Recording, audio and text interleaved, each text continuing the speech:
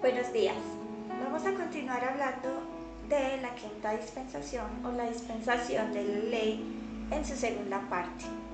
Entonces vamos a leer que dice Josué 1:5 al 6, pero antes vamos a hacer una corta oración. Señor y Padre nuestro que estás en el cielo, te alabamos y te glorificamos y te exaltamos.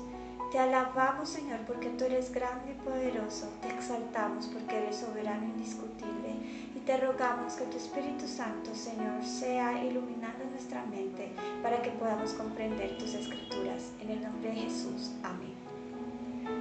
Bien, vamos a leer que dice Josué 1:5 al 6. Dice: Yo estaré contigo así como estuve con Moisés. Nadie podrá derrotarte mientras vivas, porque yo nunca te abandonaré ni te dejaré. Sé fuerte y valiente, porque tú guiarás a este pueblo para que pueda tomar la tierra que yo prometí a sus antepasados. Entonces, vemos que el Señor sacó a Israel de Egipto con hechos poderosos a través de las 10 plagas de Egipto. Y vemos que una vez que ellos salieron de Egipto, estuvieron en el desierto. El camino o el tiempo o los días que les tomó pasar desde el cruce del Mar Rojo hasta llegar a Cades Barnea, donde acamparon para hacer un reconocimiento a la tierra prometida, fue de 11 días. Allí el Señor le ordenó a Moisés que enviara 12 príncipes de Israel, uno por cada tribu, y que fueran a la tierra prometida, a Jericó, y que hicieran una inspección de la tierra. Este viaje les tomó 40 días. Vemos entonces que fueron 12 espías.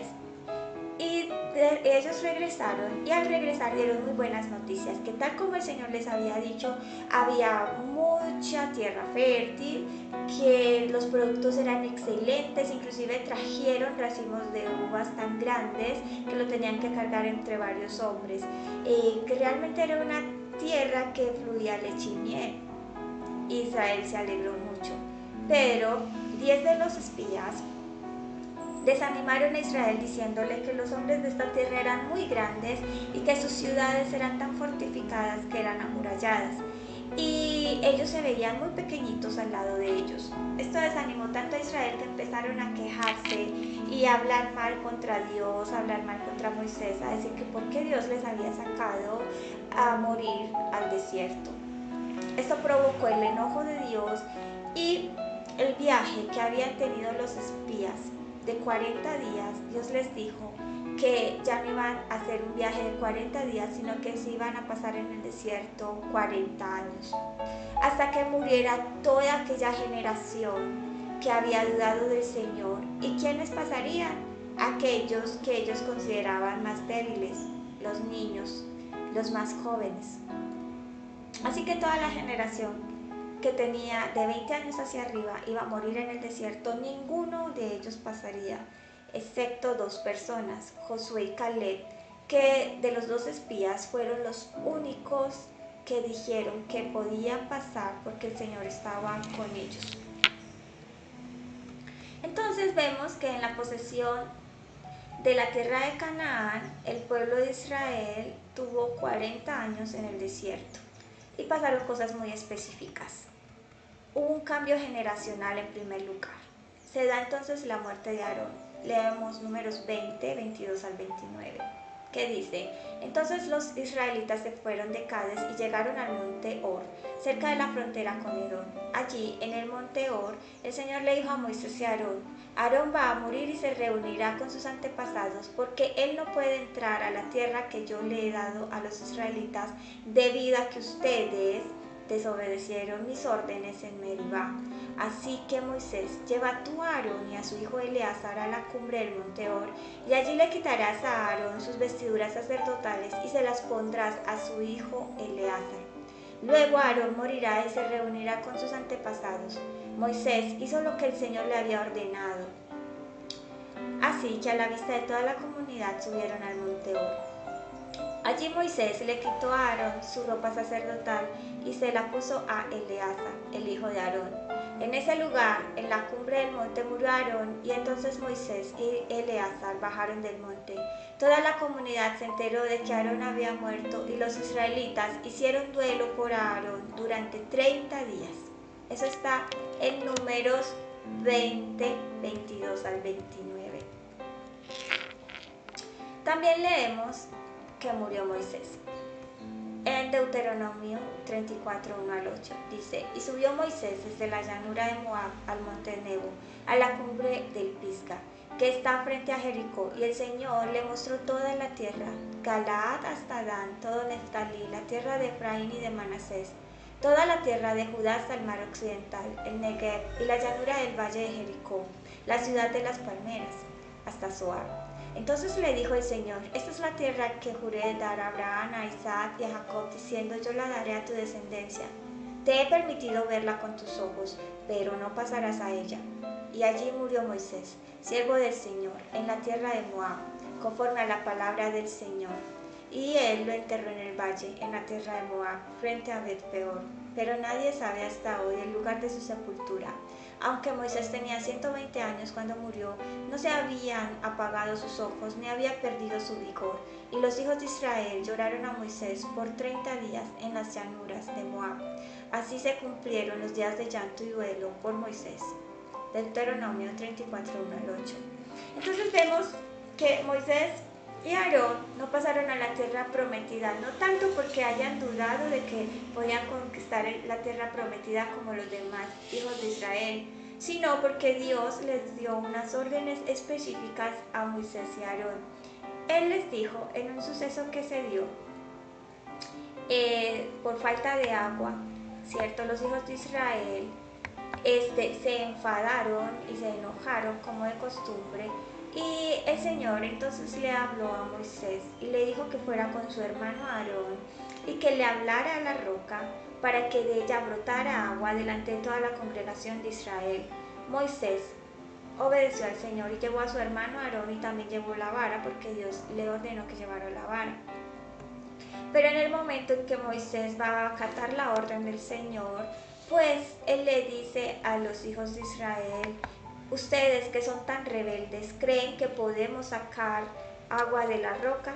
Y prosiguió y golpeó la roca 2 veces. El tema es que Moisés y Aarón desobedecieron al Señor, y el Señor les dijo que por causa de esta desobediencia, por no haber dado la gloria a Él, pues ellos no entrarían a la tierra prometida. Entonces nosotros vemos cómo Moisés y su hermano mueren antes de entrar a la tierra prometida, mas el Señor, como amaba a Moisés, le dio el privilegio de que pudiera ver el territorio antes de partir con él. Muy bien, vemos también que muere toda la generación que salió de Egipto. En Deuteronomio 1:35 dice: no verá hombre alguno de esta mala generación, la buena tierra que juré que había de dar a vuestros padres. Y entonces surge una nueva generación. Solamente 2 personas abanderan la nueva generación, que fueron Josué y Caleb. ¿Quién era Josué y quién era Caleb? Vamos a mirar de Josué, ¿cierto? Josué, si lo miramos en Éxodo 17, 8 al 9, dice que los amalecitas vinieron y lucharon contra Israel en Refidim. Entonces Moisés le dijo a Josué: elige a algunos de nuestros hombres y vayan a pelear contra Amalec. Yo me voy a parar mañana en la cima de la colina sosteniendo el bastón de Dios en mi mano. Josué era una persona que era algo así como la mano derecha de Moisés, o estaba siempre cerca de Moisés, ¿cierto? También era una persona que era guerrera. Y como lo vimos anteriormente, también era uno de los príncipes de Israel. En Éxodo 24:13 dice: entonces Moisés y su siervo Josué se levantaron. Moisés subió al monte del Señor. Vemos entonces más claramente que Josué era siervo de Moisés. En Números 11, 25 al 29 leemos, ¿cierto? Luego el Señor bajó de la nube, y le habló a Moisés: tomó una parte del espíritu que estaba en Moisés y lo puso en los 70 ancianos. Cuando el espíritu descansó en ellos, comenzó a profetizar, pero esto no volvió a repetirse. 2 de los ancianos se quedaron en el campamento, uno de ellos se llamaba Eldad y el otro Medad. El espíritu descansó sobre ellos, que eran de los ancianos elegidos, aunque no habían ido a la carpa con los demás. Entonces empezaron a profetizar en el campamento. Un joven corrió y le dijo a Moisés: Eldad y Medad están profetizando en el campamento. Josué, hijo de Nun, que era ayudante de Moisés desde su juventud, le dijo a Moisés: Moisés, Señor, prohíbeles hacer eso. Pero Moisés le dijo a Josué: ¿estás celoso por mí? ¿Cuánto quisiera yo que todo el pueblo del Señor profetizara y que el Señor pusiera su espíritu en ellos? Entonces vemos que Josué, era siervo de Moisés desde su juventud. Había estado aprendiendo todo este tiempo de Moisés y bajo su liderazgo. Caleb, por su parte, leemos en Números 6, 1 al 3 y versículo 6, que dice: Y Jehová habló a Moisés, diciendo: Envía tú hombres que reconozcan la tierra de Canaán, la cual yo doy a los hijos de Israel. De cada tribu de sus padres enviaréis un varón, cada uno príncipe de ellos.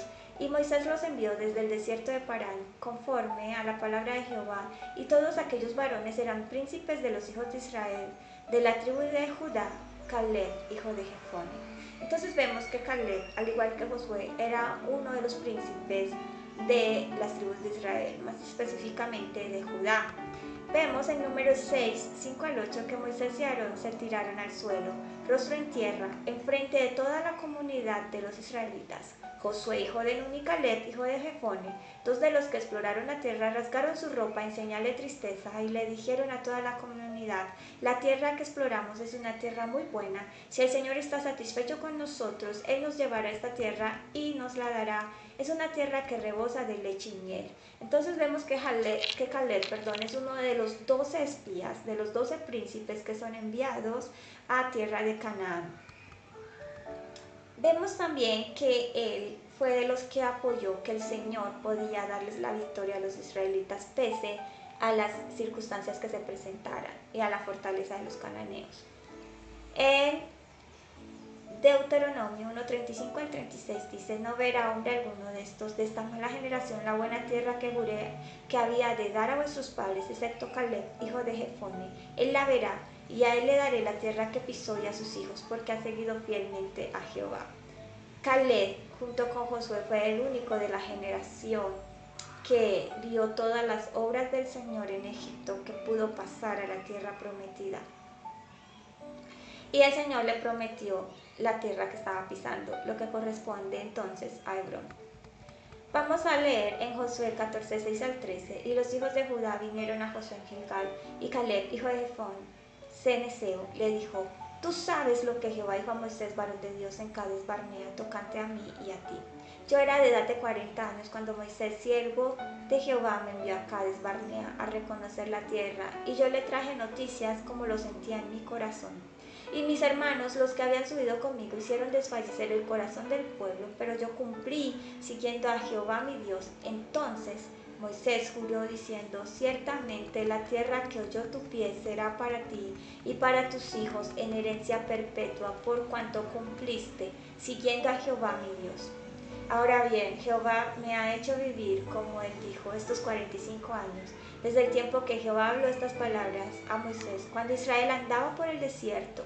Y ahora, he aquí, hoy soy de edad de 85 años. Todavía estoy tan fuerte como el día que Moisés me envió.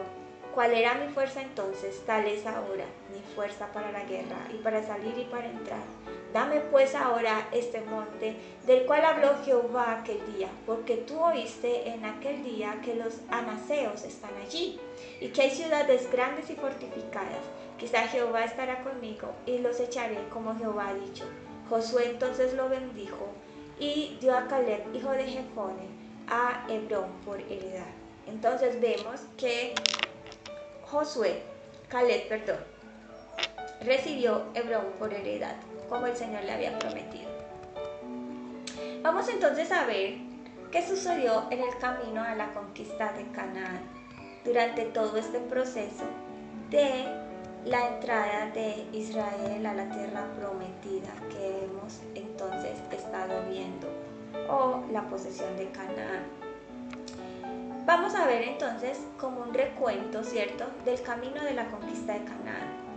Vemos que el paso 1, después de que Israel sale de Egipto y de que acampan en Cades Barnea, ¿cierto?, y de que los espías volvieron de tierra de Canaán, que se da la llegada a Cades y muere una generación. Eso lo vemos en Números 20. En Cades murieron María y Aarón como símbolo de la generación que quedaría en Egipto. María muere en Sin. Y también vemos que es aquí cuando brota el agua de la roca. Y Aarón y Moisés pierden el derecho a entrar a la tierra prometida por no obedecer las órdenes de Dios como Él se las indicó. Entonces vemos que la muerte de Aarón se da en el monte de Oro. En el paso 2 del camino de la conquista a Canaán, vemos en Números 21 que se está rodeando el territorio de Edom. Vemos que el rey Arad ataca al pueblo israelita. Edom niega el paso para transitar su territorio. Israel rodea Edom devolviéndose hasta el Mar Rojo. Vemos la serpiente de bronce. Esta escena ya sabemos que es porque Israel nuevamente hizo enojar al Señor y Él envió serpientes que les picaran y morían por las picaduras de estas serpientes. Mas el pueblo se arrepintió y clamó al Señor, y entonces Él le dijo a Moisés que erigiera una serpiente de bronce, la cual las personas que la miraran iban a poder salvar sus vidas, iban a ser sanas. Eso también es un tipo de Cristo, quien también fue erigido en una cruz, y todo aquel que vea a Cristo puede ser salvo de sus pecados. Entonces vemos también la conquista de Hesbón y la conquista de Basán. En el paso 3 de la conquista del territorio de Canaán vemos el final del desierto, en Números 22. Vemos la escena de Balac y Balaam, ¿cierto? Vemos cómo Balac contrata a Balaam para que profetice contra Israel y les maldiga, mas Dios lo detiene, utilizando a su misma burra, a la que lo cargaba, ¿cierto?, que se resiste a seguir cuando la burra ve el ángel del Señor, mientras que Balaam no lo podía ni siquiera percibir. El Señor entonces permite que la burra hable, y es cuando Balaam se da cuenta que delante de él está el ángel del Señor, y este le reconviene diciéndole que aún la burra, siendo un animal, podía sentir la presencia de Dios y que él no. Y le dice que en vez de maldecir a Israel, le bendiga. Entonces, también vemos aquí la adoración a Baal Peor. También vemos la plaga contra Israel en Números 25. Vemos entonces también el censo al pueblo de Israel en Números 26, la elección de Josué como sucesor de Moisés en Números 27 y la muerte de Moisés en Deuteronomio 34.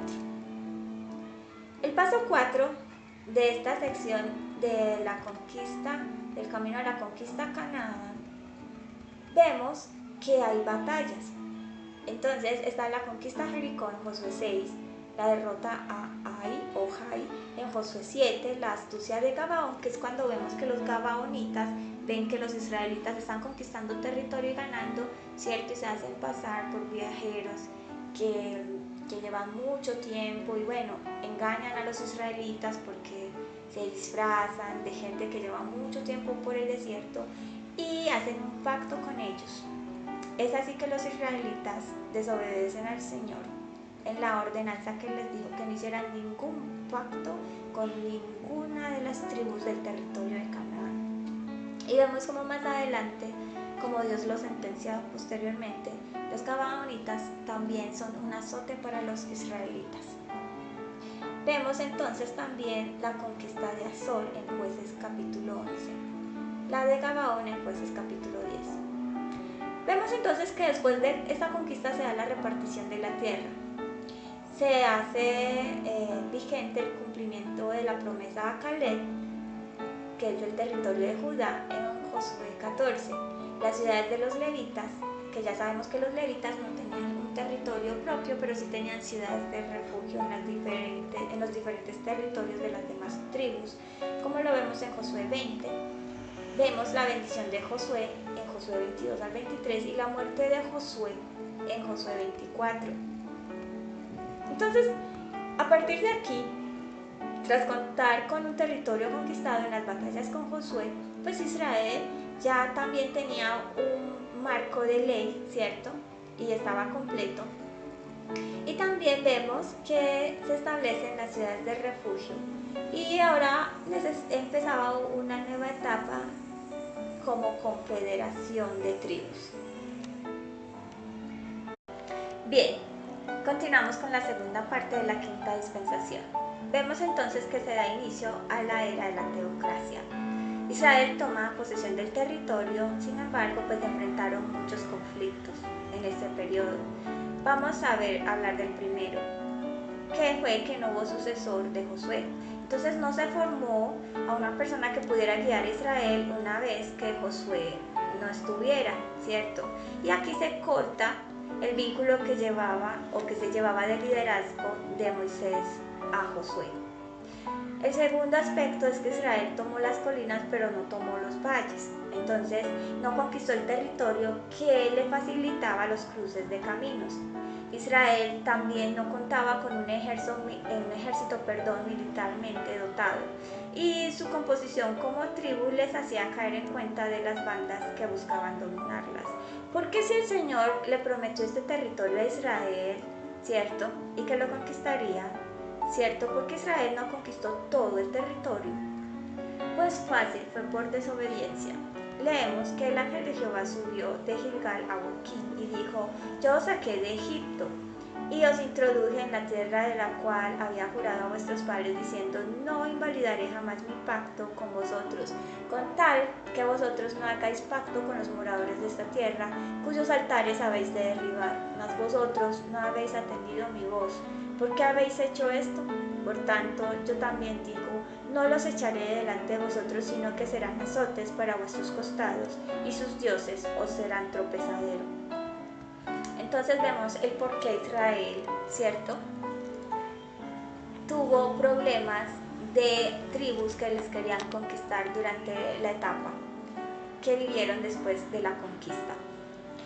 Vemos entonces una tercera característica. La primera generación de autóctonos israelitas en Canaán no conocía de Dios. Los israelitas que empezaron, ¿cierto?, ya a ser natales de Canaán, que se levantó posterior a la generación que había salido de Egipto y que había muerto antes de la conquista del territorio, ¿cierto?, no conocía del Dios verdadero.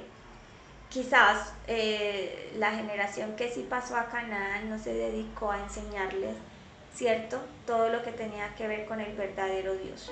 El hecho es que ellos no lo conocían y eso trajo consecuencias muy serias.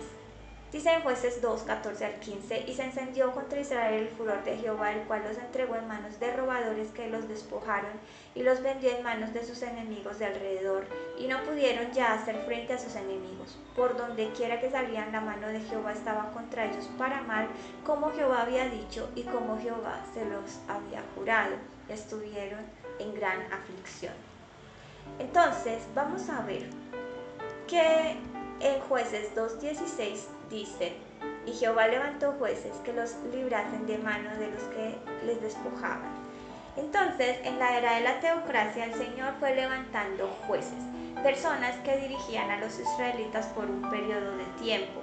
La constante de jueces es que durante el tiempo que el juez vivía, Israel seguía al Dios verdadero, pero cuando el juez moría, pues ellos se desbandaban tras otros dioses.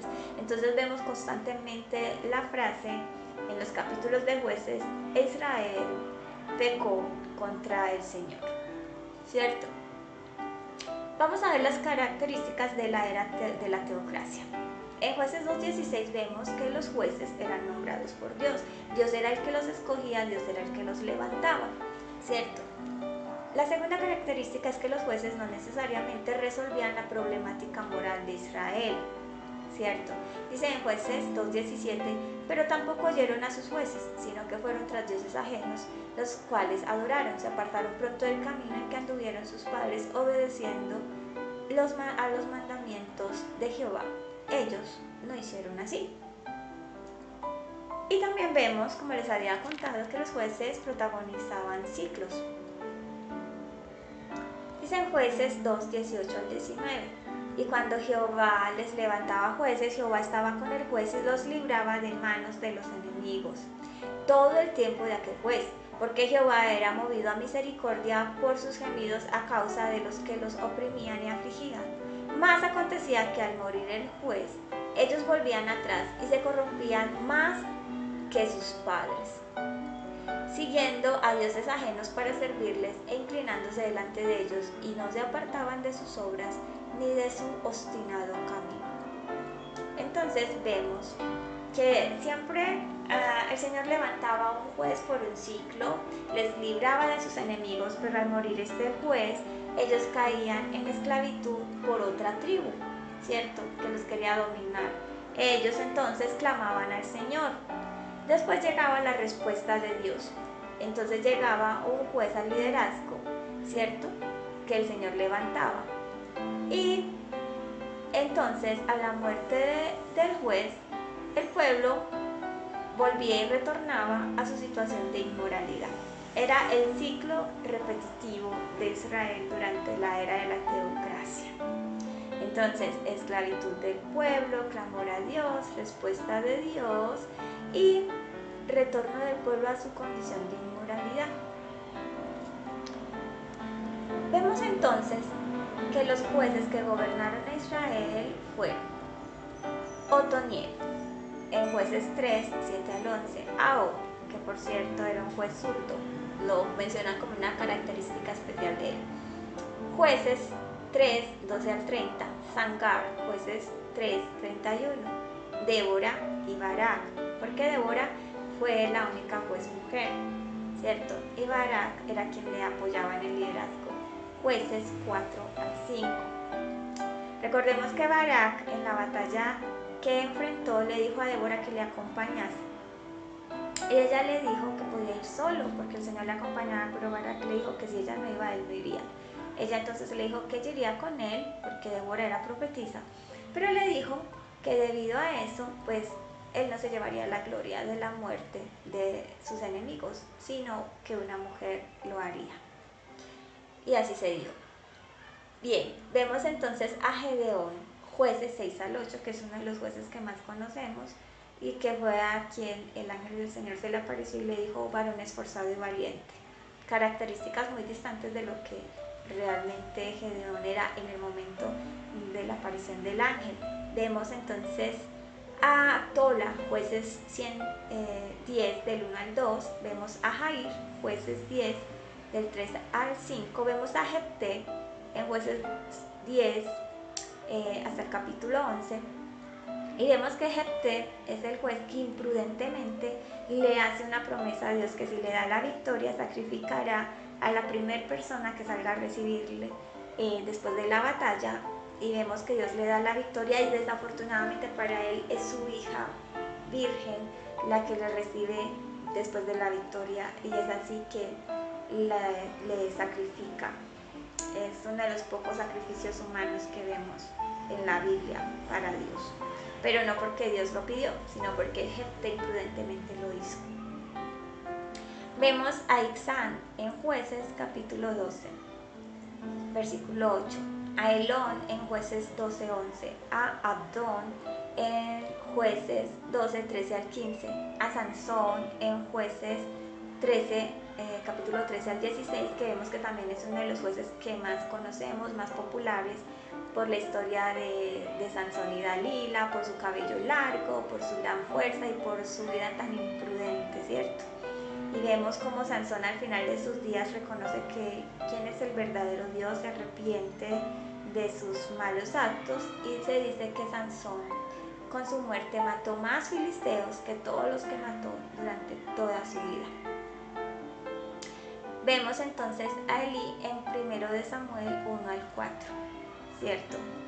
Y vemos a Samuel en 1 Samuel capítulo 7. Elí fue prácticamente de los últimos jueces de Israel, ¿cierto? Debido a que él permitía la corrupción en sus hijos, le fue quitado su sacerdocio a él y a toda su familia, a toda su descendencia, ¿cierto? Y es Samuel el que le entra a reemplazar. Samuel, aparte de ser juez, también fue sacerdote y profeta. Entonces vemos que a partir de Samuel se da, después de un periodo de tiempo, se da la era de la monarquía. Entonces Samuel representó la transición de la era de la teocracia, donde el líder era nombrado directamente por Dios, a la era de la monarquía, donde el rey pues, es sucedido por sucesión familiar. Entonces, tanto en la era de la teocracia como en la era de la monarquía, Israel aceptaba la dirección de Dios como su guía principal, razón por la cual los profetas tenían un papel muy importante. Sin embargo, la tendencia monárquica cada vez fue desvirtuar más y más el mensaje del profeta, a tal punto de terminar en muchos casos persiguiéndoles a los profetas. Entonces, la era de la monarquía tiene 3 grandes divisiones. Durante este tiempo, el reino está unido. Vemos entonces que se da el reinado de Saúl durante 40 años, el reinado de David 40 años y el de Salomón 40 años.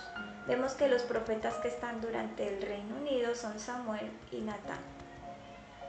Durante esta época, Israel vive su momento político de mayor gloria, desde la instauración del reino monárquico con Saúl hasta la consolidación de un reino que llegó a tener posesiones y subyugar naciones vecinas. Entonces, vemos que hay 2 grandes divisiones en la época del Reino Unido. Vamos a ver entonces las características principales del Reino Unido bajo el reinado de Saúl, ¿cierto? En la época del inicio de la monarquía, los principales rivales de los israelitas serán los filisteos. Contra ellos Saúl tendrá fuertes combates y finalmente morirá ante ellos 40 años después de haber iniciado su reinado. Ya sabemos que Saúl era de la tribu de Benjamín, que era el más alto de toda la congregación de Israel y que era de un muy bello aspecto, ¿cierto? El Espíritu del Señor tomó a Saúl cuando fue elegido por rey, y en principio Saúl se dejaba guiar por el Señor, pero después se enorgulleció y quiso hacer las cosas a su manera.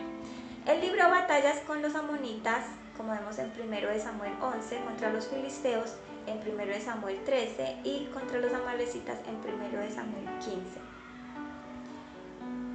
Los alcances del reinado de Saúl fueron que consolidó el reino y su estructura monárquica. También consolidó un ejército con su estructura militar y tuvo un asentamiento de Israel como nación. En el reinado de David, ¿cierto? Vemos que David es de la tribu de Judá, que nació en Belén de Judá y que es el menor de 7 de todos sus hermanos. Es el menor después de 7 hermanos. Y vemos que David era músico y era pastor, ¿cierto? David es escogido por Dios más por su corazón que por su apariencia, que aunque dicen que era de muy hermoso parecer, para la época en que fue ungido como rey era un muchacho. David entonces libra batallas con los jebuseos, en 2 Samuel 5 lo vemos, contra los filisteos también en 2 Samuel 5, contra los moabitas en 2 Samuel 8, contra los sirios en 2 Samuel 8, contra los edomitas en 2 Samuel 8, también lo podemos ver, y contra los amonitas, que lo podemos ver en 2 Samuel 10. David tuvo alcances como rey muy importantes, por ejemplo, que trajo el arca a Jerusalén, que ya sabemos que en principio no lo hizo como lo mandaba Dios en la ley y en sus ordenanzas, que fuera llevada por levitas, ¿cierto? Y aunque utilizó carruaje nuevo, con cuerdas nuevas, con bueyes en buen estado y todo esto, pues eso provocó la ira del Señor y desafortunadamente en el transcurso del viaje al arca tratar de caerse, pues Usa intenta detener la caída del arca y es consumado por la ira del Señor. David se entristece y entiende que había desobedecido la forma correcta de llevar el arca hacia Jerusalén y pone aquel lugar Pérez Usa en honor a esta persona que pagó las consecuencias de no haberse fijado bien cómo era que tenía que trasladar el arca, ¿cierto? Entonces, David también liberó a los israelitas de la esclavitud a naciones vecinas. También trajo estabilidad gubernamental y financiera a la nación y extendió los dominios israelitas. Estamos viendo entonces las características principales del Reino Unido. David también se caracterizó por ser músico y poeta, ¿cierto? Y vemos que se le atribuye la mayor cantidad de salmos que están registrados en las Sagradas Escrituras. Posteriormente a David sigue el reinado de Salomón.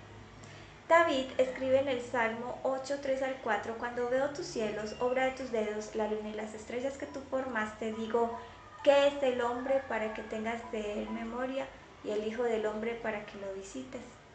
Un hermoso salmo. Salomón entonces no libra batallas, tuvo un reinado pacífico, pero durante el mismo Israel tuvo su mayor tiempo de gloria. También el inicio de su decadencia. ¿Por qué? Porque Salomón, al igual que los reyes anteriores, pues también tenía la costumbre de casarse con muchas mujeres. Y entre las últimas mujeres que Salomón empezó a escoger, escogió mujeres de reinos vecinos que no conocían del verdadero Dios, que adoraban a otros dioses, y Salomón tendió a caer en este tipo de adoraciones. Pero al parecer al final de los días de Salomón, él se arrepiente de todo esto, ¿cierto? Salomón desarrolló su fama como erudito o filósofo. También vemos que Salomón es famoso porque cuando Dios le dice a Salomón que él es el que va a reinar en lugar de su padre David, le dice que sí que quiere escoger, y Salomón escoge la sabiduría. Y Dios, por lo tanto, le da no solo sabiduría, sino que también le da poder y gloria. Entonces, los proverbios en la Biblia, la mayoría de ellos, el Eclesiastés y Cantares, se le atribuyen a Salomón en su autoría. Entonces vemos que durante estos 3 reinados Israel tuvo un Reino Unido, 120 años de Reino Unido. Cada rey, Saúl, David y Salomón, tuvo un periodo de 40 años de reinado. Dios los bendiga.